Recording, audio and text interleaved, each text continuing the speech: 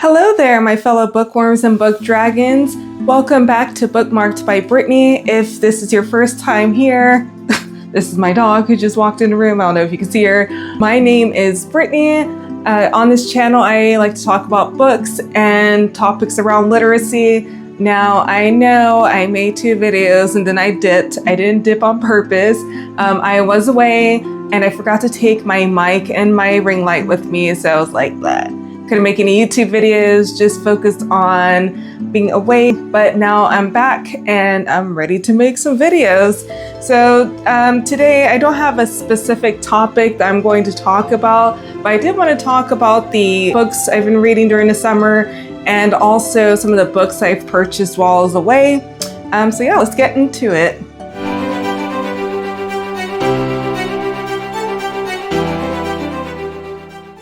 So yeah, let's start off with the books that I've purchased, because even though I said I'm not going to purchase any books this summer, I'm just going to read what I have.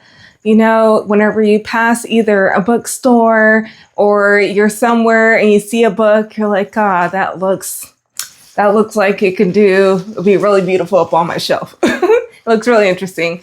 So yeah, unfortunately, my inner book dragon came out while I was at an antique store. As we're going through this antique store in New Mexico, I was rounding towards the end of it, and right in front of me there was like one section that had all of these books, and I looked down and I saw these leather bounded books. So these are the Time Life books, the Old West series. And as soon as I saw them, my jaw dropped and I called my dad because I remember these books from my childhood.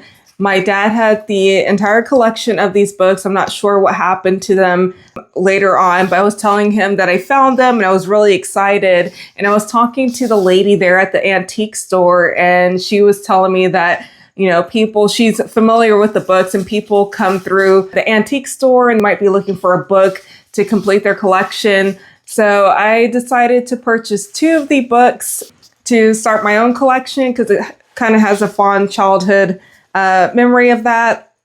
But yeah, I purchased the Indian. So these are the Old West series. So I know they have ones on cowboys, the Indian, the Great Chief.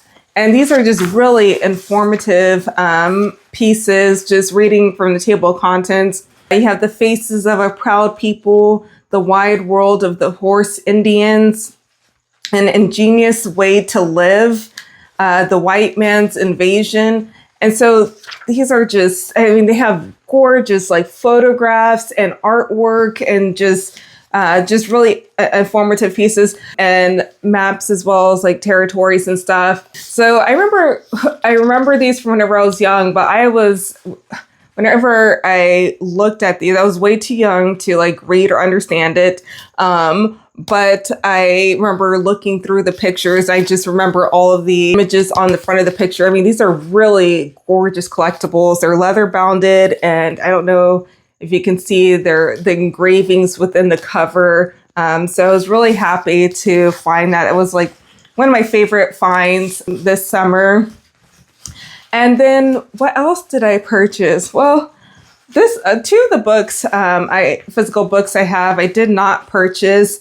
One of them is called The Philosophy in the Mirror of Nature by Richard Rorty. This one I actually found at our local traveling library. I was like driving down the road, and then I saw the traveling library. I just saw a trailer and it said the traveling library. And I totally did not do a legal U-turn to like, go into the parking lot where they were posted at. But I went there. It was that was the first time I've seen a traveling library. I've heard about them before and I've seen them online, but that was the first time I've seen that one. I walked in there and I talked to the owner of the traveling library, and this is the book that I got. So I haven't started this one yet, but you know, being a book dragon, when the time comes, I will probably pick up this book, because I mean, books are just like, you want to watch a good movie series, you might have a different mood for watching like a horror or drama or whatever. So that's how I see books as well. If I feel like I want to read a book on philosophy or horror or something, then I'll, pick that one up. The next book I got this summer is called The Sociopath Next Door by Dr. Martha Stout. And so this one I found at a little library. My partner and I were leaving this bar in New Mexico, and I saw the little library right across the way. And it was, I was like, oh, why not pick up something? I'm always picking up something from the little library. This one is it's probably gonna be on my shelf, but whenever I feel like reading it, I will pick that up. But that was one of the books. And then I did purchase another book from that same antique store where I found the Time Life books. And I left that book back where I was, and I cannot for the life of me remember it, but I did remember it, or I did finish it, and it was just a small series. It was about a lawyer from New Mexico, and she was assisting another lawyer, friend, lover, trying to help him investigate something that was happening in Mexico. It was impacting his family. And so that one was just a really short series. It reminded me of some of the Agatha Christie books. So they were just very short series. I think I finished it in like a day or something, even less than a day. But it was really interesting. I will have to find out what the name of that is. An author, if I find out, then I will put it up here right next to my face. And Rhaenyra, what did you read this summer, girl? Nothing? Maybe you should read. Bye. Well, hello there. Of course, it never fails for something to happen to a video. So I had to hop back on here to re-record 2 videos. So I purchased 2 books on my Kindle, and one of the books is Just Like Heaven by Julia Quinn. This is the same author who wrote the Bridgerton series. And now I don't usually read romance novels. Maybe I haven't found a good romance novel. I usually think they're a little bit cheesy or not great. But anyways, I digress. I purchased this one because I needed a palette cleanser from the book I'm going to talk about later. Just Like Heaven by Julia Quinn is about 2 individuals, Honoria and Marcus. They were childhood friends, or not really childhood friends, because Marcus was Honoria's brother's childhood friend, and she was also always known as like the annoying little sister. And so their relationship has always been like kind of like a tit for tat relationship. It's very funny and it's cute, but an incident that happens in the book kind of reunites them together, and then they start exploring these feelings that they didn't know they had for each other. The book is good. I went through it pretty fast. I'm nearly done with that book. But I would say one critique I had for the book was there's a certain part in the book, and if you read it, you'll see it kind of prolongs a little bit too long. So that was my only critique of it. But other than that, I enjoyed it. I think I will. Before I was like, I don't know if I'm going to buy the second book because it's a series, but I actually think I'm going to go ahead and purchase the second book. Oh yeah. It's The Scarred, a memoir of a childhood stolen and a life reclaimed by Clark Fredericks. So I heard about this book after watching Stephanie Sue's Rotten Mango YouTube. She did an interview with Clark Fredericks. She did an interview with him, and this is a man who murdered someone who essayed him. And I'll say that because I watch a lot of true crime on YouTube, so I know YouTube will try to like knock you off or something if you actually say the word. She interviewed him, and it was a 2-part series. I definitely recommend watching that interview. I've started the book, and I mean, as it's a memoir of his childhood where he was essayed, so the interviews were not as heavy, but whenever I started the book, I was like, wow. So just prepare for yourself if you're sensitive around that topic. Then I would not recommend it. But if you are into like true crime, and it's hearing the perspective of, a man who murdered someone who essayed him, then I would recommend it. Definitely go check out the interview first. Okay, so now let's get into one of the books I read this summer that I want to share with you. And that book is called Dark Money. The Hidden History of the Billionaire Behind the Rise of the Radical Right. And Rhaenyra has come back for this one. She's like, I want to hear about this too, Mom. I want to hear about this. So this book is by Jane Mayer. She also wrote The Dark Side. I haven't read The Dark Side, but this book I picked up a year ago. And so this was one of the books I was like, oh, this is going to be my summer read. I'm not going to purchase another book this summer. Yeah, so I think most people, whether you're a person who follows politics or not, I think everyone should, but that's just my own personal belief. Most people know that money influences politics in some ways, and it really sucks. It's not great at all. You probably see it in your own community. And this book highlights how money plays a role into politics, and specifically, like it says, the rise of the radical right. So I'm just going to be looking back and forth at my notes here.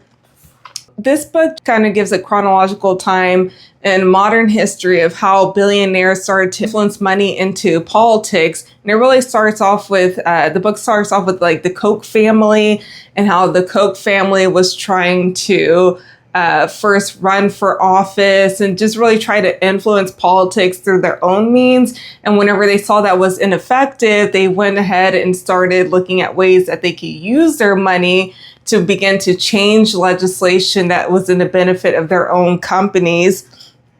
And it's not just the Koch family. They also go through Mellon Scaife and other billionaires and how they have each tried to and successfully influence their money into politics. And the amount of money that they have, of their own money that they've poured into politics, it's just like, it's really eye-opening. And I know, like I said before, that we have some understanding that money is involved in politics, and we talk about grassroots versus these big campaign donors, but this really just details all of that. The book also looks at the creation of political action committees, the rise of think tanks.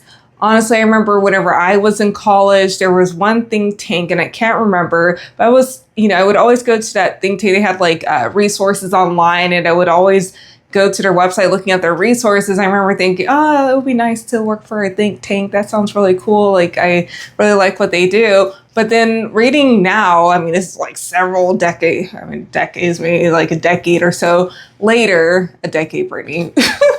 Anyways, a decade later, realizing kind of the history behind think tanks and how they were used to, funnel money through. In that book, it's not just these think tanks rose and they were able to make a substantial change, but it really talked about, those humble beginnings of the think tanks and fighting within, and how some fell and how some rose, and even resistance to think tanks, because a lot of these think tanks were also trying to influence curriculum at universities, and a lot of universities stood up to that. But a lot of these billionaires were funneling their money through think tanks and funneling their money through nonprofits, or really trying to put pressure on universities by either taking away their scholarships or fundings in that way. And then you also had universities who did kind of submit to these think tanks and to these billionaires. Now they were able to bring in people into school to be on the board, to teach, to push forth their way of thinking, so that those people who would graduate from the schools will be able to write and influence legislation that would be to their benefit. Because, that was the whole purpose. That's the whole purpose of these billionaires going in and influencing, politics. A lot of this has been in the back end, and we saw recently this year how a billionaire came, through the front door, was able to influence and change things within the government for the benefit of his own business. This book also looks at lobbying and regulation changes. Things that really stood out to me was the funneling of money to change environmental policies by these billionaires, which is not surprising. But for me, it's not surprising, but it's kind of hard to see, or I mean, it is surprising to like read the details about. One of the things that stood out to me was that they would constantly yield, reassess, and pivot. Yield, reassess, and pivot. And I talked about this book with my dad, and I've heard him talk about the same things in this book, since he was a kid, and how he's, been seeing this, through his adult years and stuff. So for him, he's also just like not surprised. He's like, I've been saying this all this time, but no one listens or whatever. And now I'm in my retirement years. But yeah, I mean, this book constantly shows how they were reevaluating everything and reevaluating and implementing their plan to be able to not only consolidate power into their hands, but also to be able to change policies and change regulations so that they can continue to pollute our environment, destroy our waterways, screw over the working person in order to reap the most profits from it. So yeah, Dark Money, I definitely recommend it. It doesn't matter if where you are on the political spectrum, because the topics within this book impacts everybody. Unless you are, part of the top, the 1%, it impacts you. So I definitely, if that's not usually the first book you're going to grab for, I challenge you to step out of your comfort zone and pick up a book like this one. But yeah, let me know if you've read this book down in the comments below, or if this is something that you would be interested in reading. All right, well, that's all for now. So next time I will definitely we'll be putting out more videos and more focused topics. So if there's anything that you're interested in wanting to know about that centers around books, storytelling, literacy, you name it, let me know down in the comments below. As well, what books did you read this summer or purchase? It's okay, fellow bookworms and book dragons. We all, we can't resist the books. Well, until next time, my fellow bookworms and book dragons.